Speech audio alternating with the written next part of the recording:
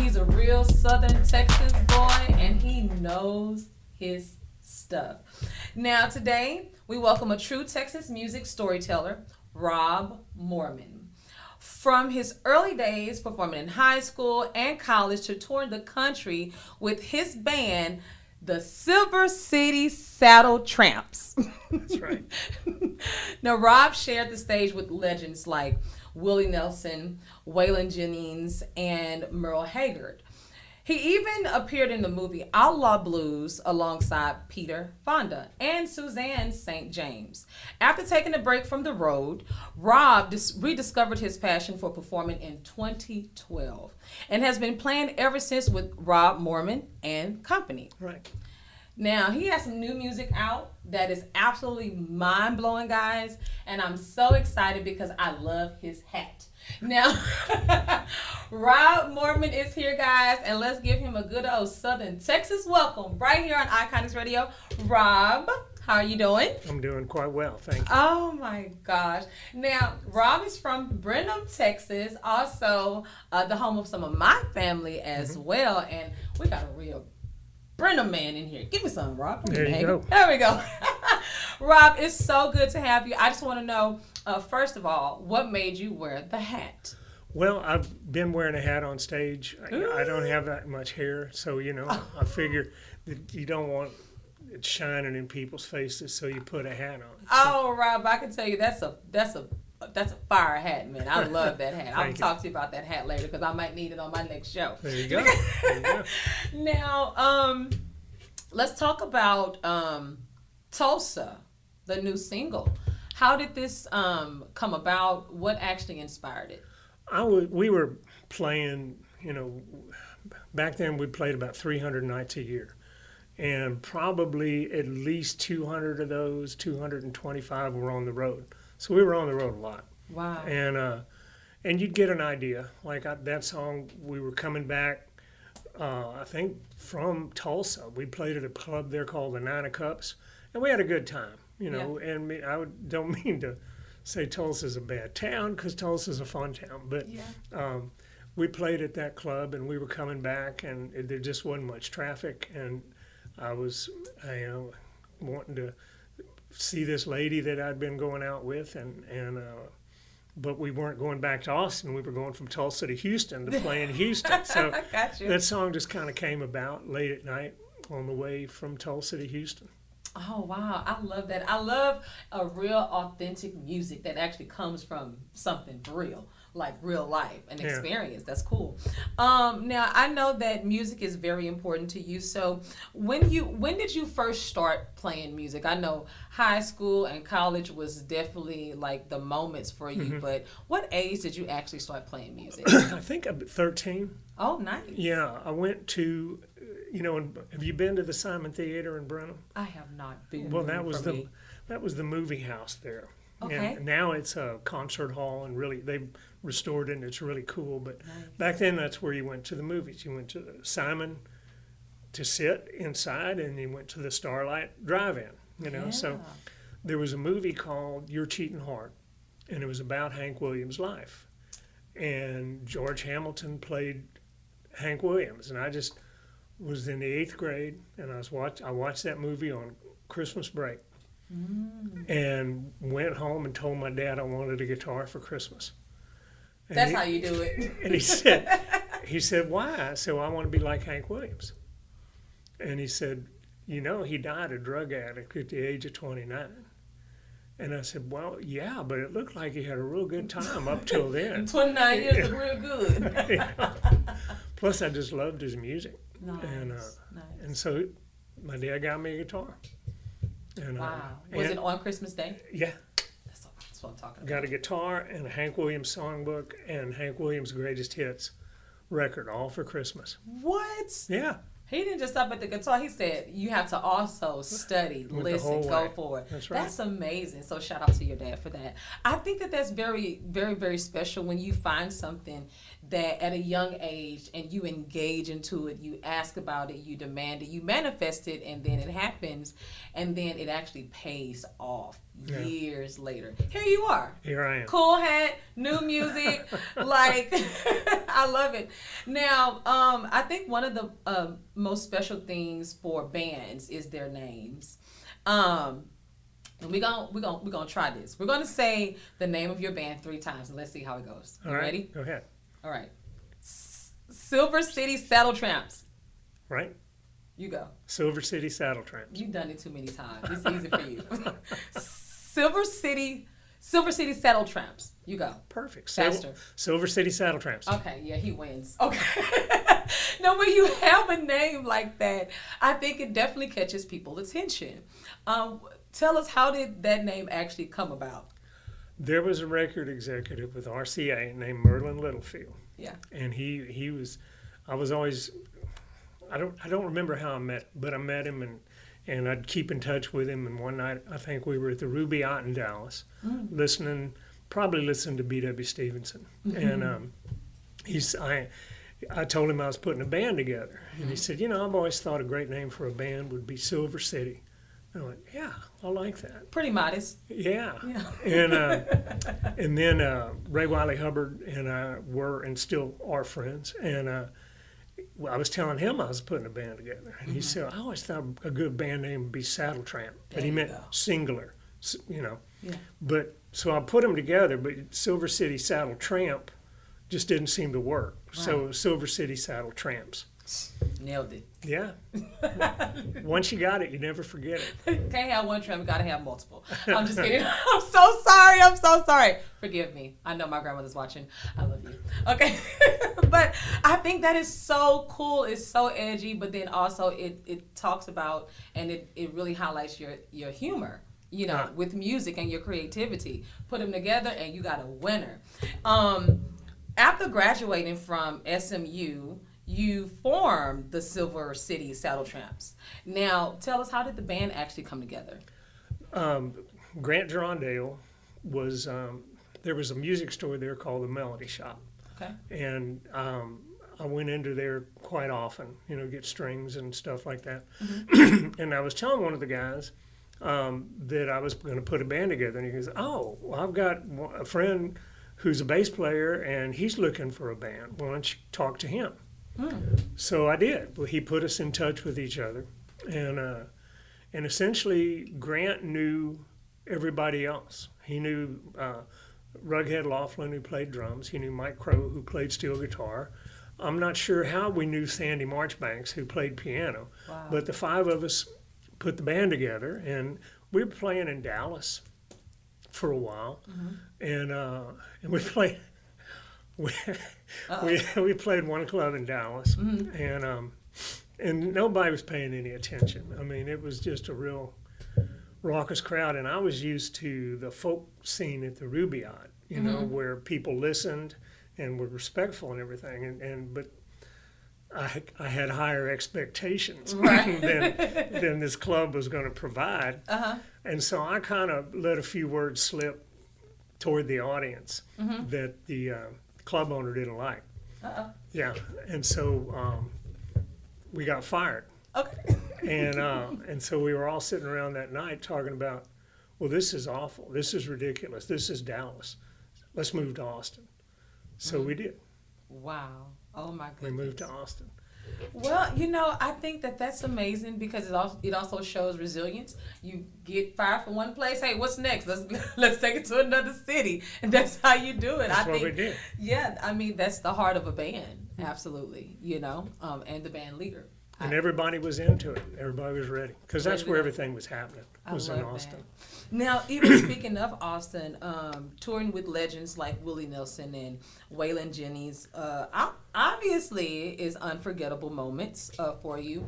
But let's talk about the beginning settings of the scene back in the 60s and the 70s when you came about and actually got a chance to actually meet and work with these guys. Let's talk about that. How did it come about?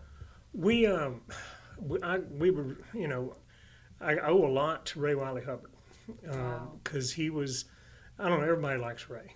He's just one of those guys that everybody likes. And so I told him we wanted to move to Austin, and he put me in touch with a journalist there named Townsend Miller, who was a stockbroker, but he also had a column about the Austin music scene. So Ray said, give him a call. Tell him I told you to call him. And said, see if he can help you. So I called Townsend. And he, because everybody likes Ray, Townsend liked Ray. There you go. And he said, well, let me see if I can get something set up for you. So Townsend got us an audition at a place called the Cricket Club on an afternoon, and he said, here are the club owners' names here in Austin. You call them, you tell them that I'm going to be there and that you're going to play and you'd like to use this as an audition for their club and that I'm going to mention people that are there.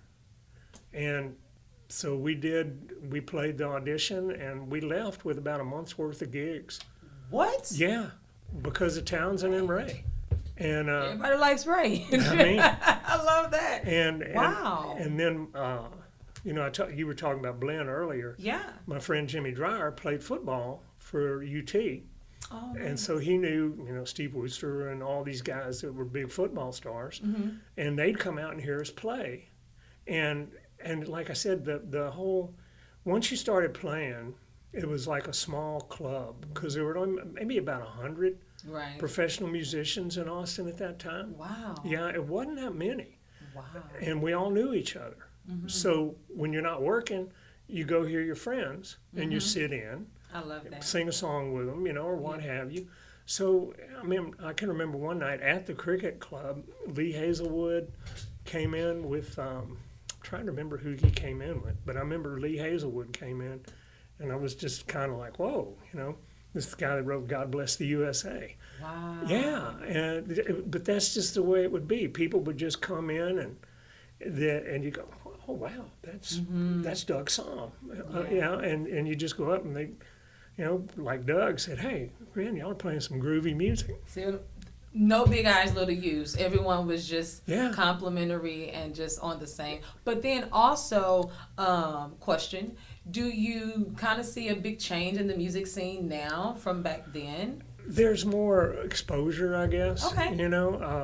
Like we didn't have social media. Right, there you go. Townsend's column was it. And your own stuff, like Coke FM, those guys were always nice. You'd get a single on 45, vinyl and take it up there and they'd interview you and play it for you right then and there. Oh, my goodness. And we did that with radio stations in in Lubbock, every place. Like, I remember going to Lubbock and we stopped at every radio station from Austin to Lubbock to get, and gave them the single. And I think the majority of them, if I'm recalling correctly, would say, well, come on in, let's talk, and let's play this now. And we'd just go in there and visit, and they'd play the record. And it's not that easy anymore, I don't think.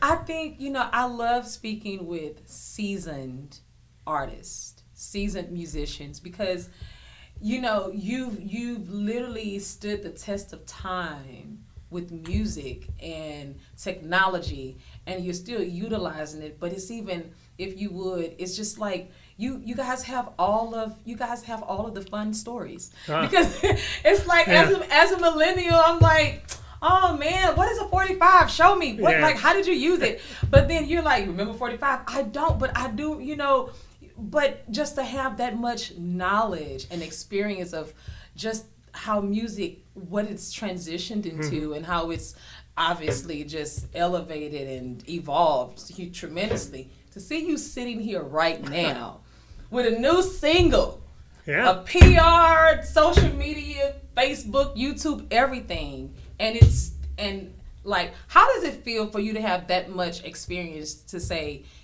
you've literally lived through the elevation of music? Oh, it's cool. It is. I mean, oh, man. Because I'm 74. Okay, everybody I graduated with college with, everybody that graduated in the spring of 1973, they're all retired because they went to work. They went to work right after college, and they had 401ks and retirement, and they're all retired. I'm still working, But I got stories. Yeah, you got all. It's like when you get to the school reunion, it's like everybody's cool, but Rob, sit down, tell us. Yeah. What did you do this year? Like, what was it like?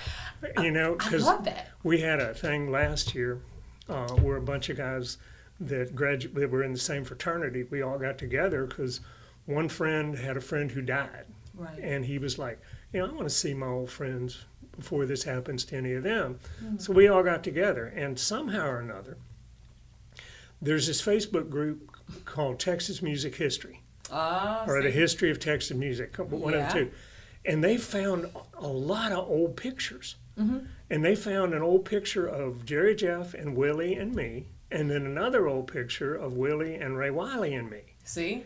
And so we're sitting there at this get together, and a friend of mine came up and said, "Hey, I'm learning guitar," and he'd recorded an album on his laptop, and I said, "Oh, well, you got to start doing this and that," and he goes, "Well, you played music." I went, "Yeah, you want to see I just got these pictures," so I showed him the pictures, and all of a sudden, everybody in the room is coming around wanting to see the picture. You're still a cool guy, Rob. That's what you still got the juice. That's I don't know if I was that cool back then, but it was kind of cool, Wow, I love that. That's a beautiful experience. It was fun. It was. Not to mention your cover.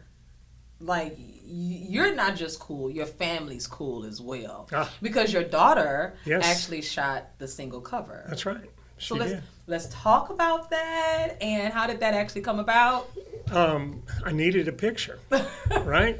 I needed a picture, and I asked, and my daughter's got a very good eye. She's with photographs, she's got a great eye. So I just thought, well, let's just see what we can do.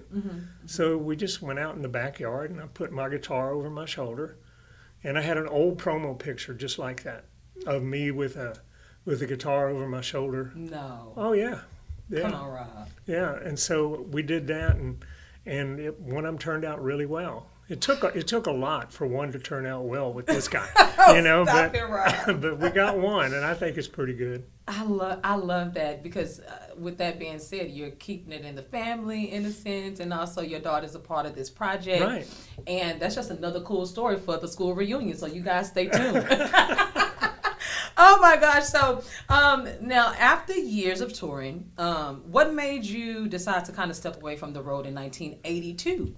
I got born again, and just it was just a life. I wanted a more stable life. Wow. I wanted a steady income. I wanted a family. There were just things I wanted that I didn't see possible for me. Now, they're possible for other people. Correct. But for me, I didn't think I could pull them both off. Wow. So you said you got born again. Right. Oh, wow. That's amazing. That's beautiful. I did. And it wasn't like I looked at everybody as sinners and all that. It was just I just felt like I could serve the Lord better by not being a road musician anymore. Come on now. I love that. Thank you for sharing that. Well, you're welcome. It's That's the truth. What happened, right? Rob was like, that's the truth. What you mean? I love that. Now, when you picked music back up in 2012, what was it that kind of reignited that passion? Go ahead. My dad passed away, and we were at his visitation. And a friend came up and he said,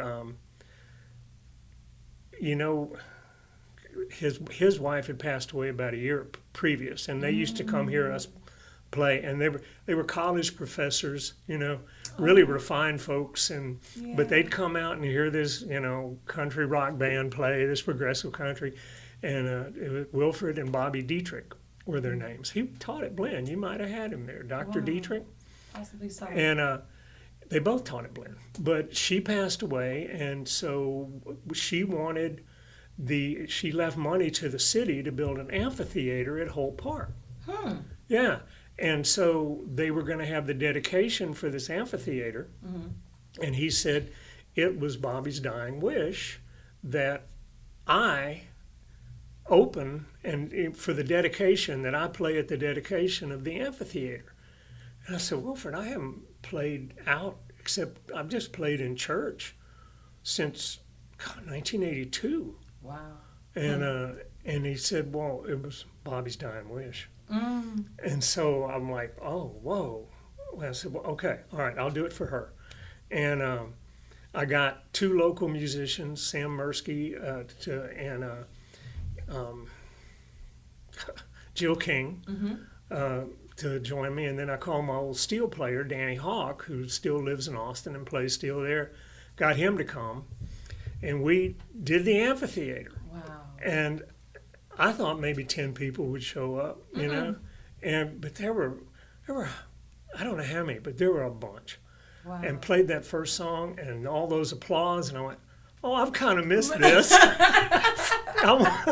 Maybe I want to do this again. Wow. Oh, wow. You know, and I have friends who play golf for a hobby, so I figured, well, I don't play golf. I'll just pick music back up. To get back in front of the people. Yeah. I love that. That is, your story is just beautiful. And I just love how it all comes around full circle. And now he has a cool hat to go with it. I love it. It's amazing. Now, your current band, Rob Moorman and Company, has a very unique sound. How would you describe what makes your shows very special? Oh, I think it's because we try to relate to the audience, try to tell them stories about the songs and about just, we're like, people ask me what kind of music we play, and I always say, well, it's old songs by dead people. Just mainly songs I like and some originals, and of course we do play some there's a few by people that are still alive, but mainly. Oh my God, Rob, you're so silly. I love it though. I love it. And everybody in the band has got a pretty decent personality, so it shows through. Oh man. Now, as you just said, play old songs by dead people and some originals. Right. Which artists inspire you most when you're building that set list? If you looked at our set list, we've got Hank Williams, we've got Buddy Holly, we got Jimmy Buffett, got Roy Orbison. I always wanted to, and some Elvis. I always wanted to look like Elvis and sing like Roy. You know, Come on. That was always my goal. I wanted to look like Elvis and sing like Roy. Didn't happen, but it was a goal. Came pretty close now. Come on now. Listen, Rob, you got to think. You got all the coolest stories at the reunion. So, I mean, you just have to. I just had to picture. Yeah, that's it. That's it. So one year you're gonna have to go ahead and break out that old Elvis costume and just make it happen one last time. But looking back at your musical journey, what advice would you give the younger artists that are kind of just starting out today? You have to self-promote. Come on. You can't just expect people to call you. You know, that was one of the things that, even though we had an agent, I was still pushing. Everybody in the band was always pushing. You know, trying to meet people, trying to get the gig at the next spot, finding out. You can't sit and wait for it to come. You got to go out. And I've only known one guy in my entire career that didn't go running for it. People just wanted to give it to him. That's one out of about 150. Oh, you know? Come on now. It doesn't happen very often. That's so true. You gotta self-promote. You just have to.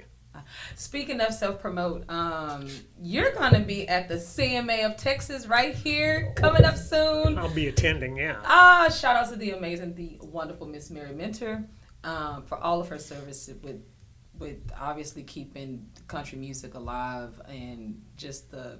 Yeah, Rich Cagle's going to be playing at that. Yeah. Let's talk about that. That's because you'll be there. Rich Cagle will be there. So, I mean, let's talk about who are you looking to see? Well, I looked at the list, and I'm not that familiar with a lot of the names, so I'm excited to hear new people. I love that. I love that. So this is going to be fun. Because living in Brenham, you don't see that many new people, you know. That's so true. I told him earlier when I went to school at Brenham, at Bland, all we had was Walmart. If you didn't go to Walmart, you were not cool at all. But now there's so many amazing things. We even have a Chick-fil-A. Yeah. Oh, what? Yeah. You do have a Chick-fil-A, and is it on the right hand side? Yeah. Yep. And an academy as well. Oh, Yeah. come on, Brenda. I mean, I love it. Hobby Lobby. Really? Yeah. See, that's what I'm talking about. I gotta go just stay a day. It's coming soon.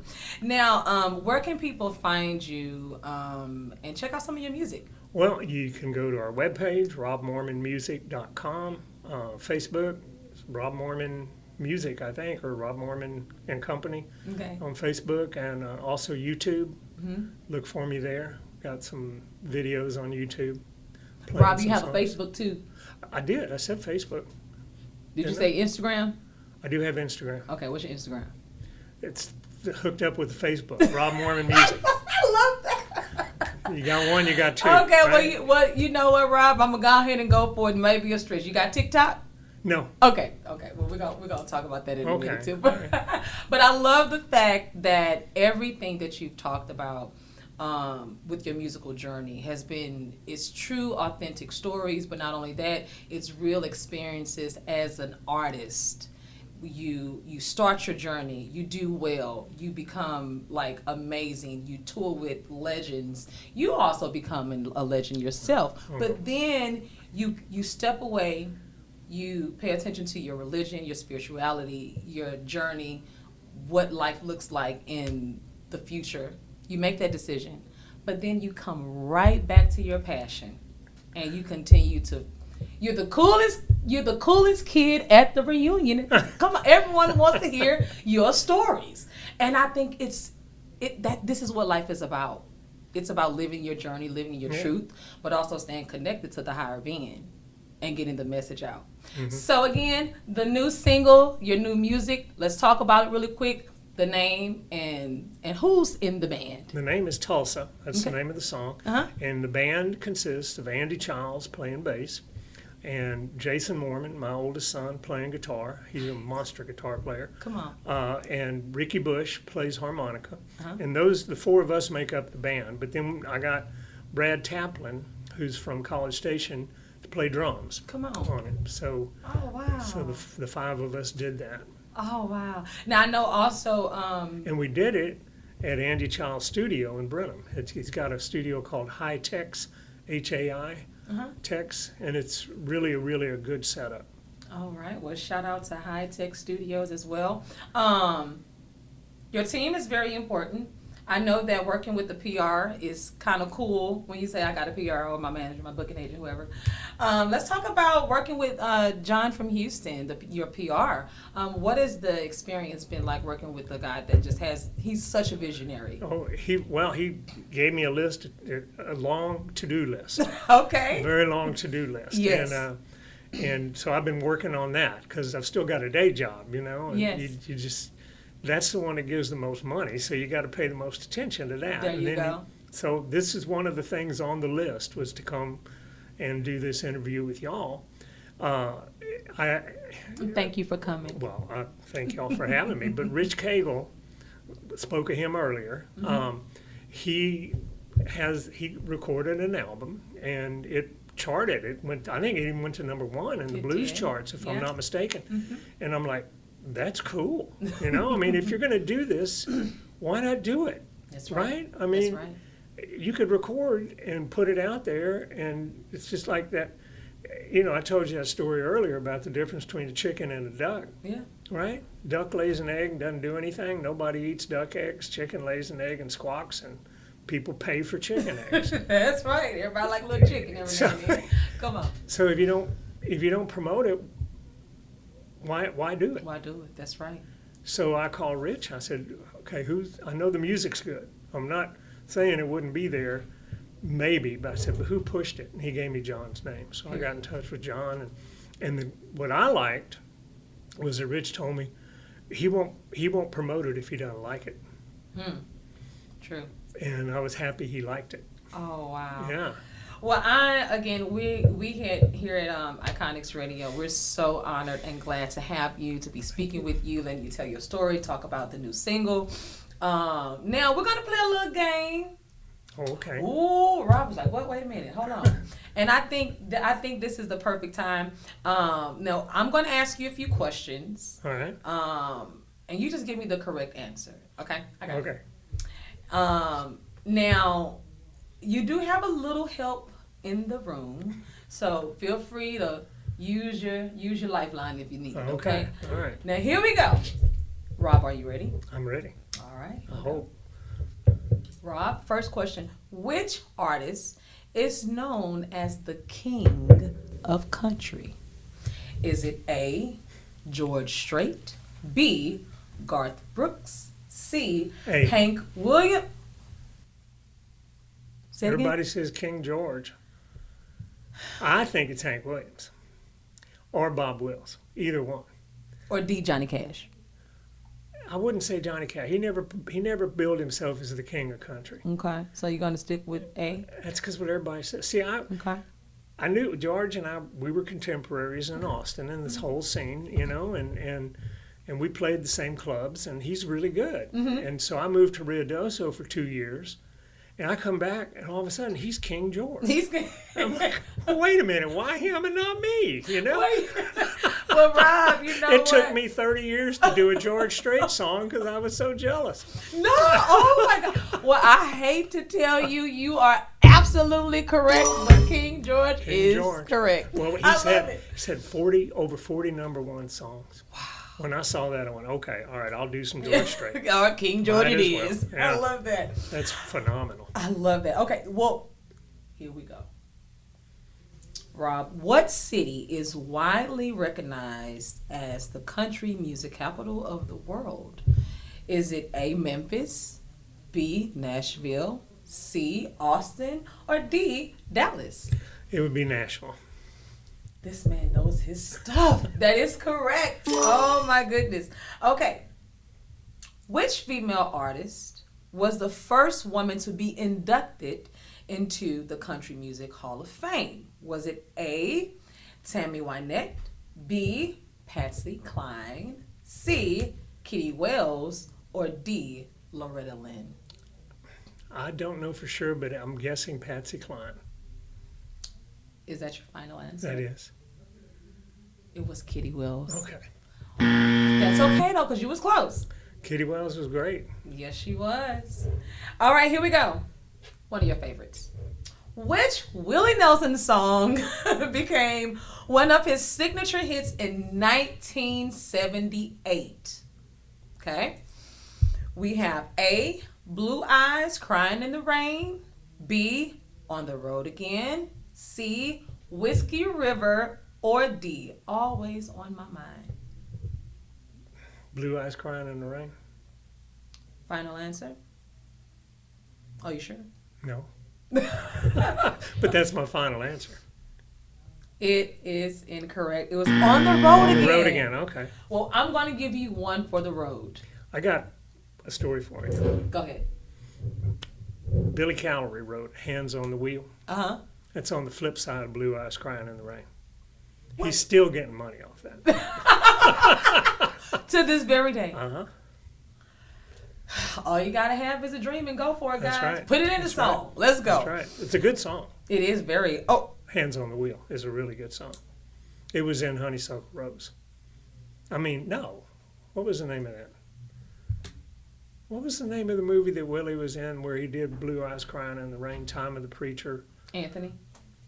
I'm spacing out on that. Well, we're going to have... during the editing part, we'll have to put it in here. Yeah. So we got you. All right. Final one. Which country legend famously wore black and became known as the Man in Black? Johnny Cash. That is the game, guys. I missed two. Yeah, but you won. You definitely Okay. you definitely taking the win home, and the final answer is correct. It was Johnny Cash, the Man in Black. Oh my gosh! Listen, Rob, this has been so great, such an experience to have with you. An honor to have you here. Again, I love the hat. I love the shirt. Like the whole getup is amazing. The shirt was bought in Honolulu, by the way. Come on now. Listen, I believe that real music is timeless. The experiences that you have had in your musical journey has just been shared. Some of them has been shared with us today, and we can't wait to have you back. Once again, let people know the name of your single and where they can go and find it. The name of the single is Tulsa. And as far as where they can find it, I am not sure. That's up to John. Leave it up to John. I love it. Well, by then, we'll definitely have some information to put where they can go and purchase and support your music as well. Rob, are there any final words you want to leave to the listeners of Iconix Radio? I hope y'all will listen to the song and like it and give me a shout out about anything you'd like to know. Awesome. Well, thank you again, Rob, for coming through. Again, we are here at Iconix Radio, guys. Thank y'all for tuning in. And remember, we are always here at Iconix Radio. Download the app and keep real music alive. It's your girl, Rosii. Say it again. Y'all play good music. Thank you, Rob. Give me some. You're right. Oh, shout out to Blinn. Shout out to Brenham, Texas. Go Buccaneers. All right, guys. See you soon. It's your girl, Rosii. Izzy, out.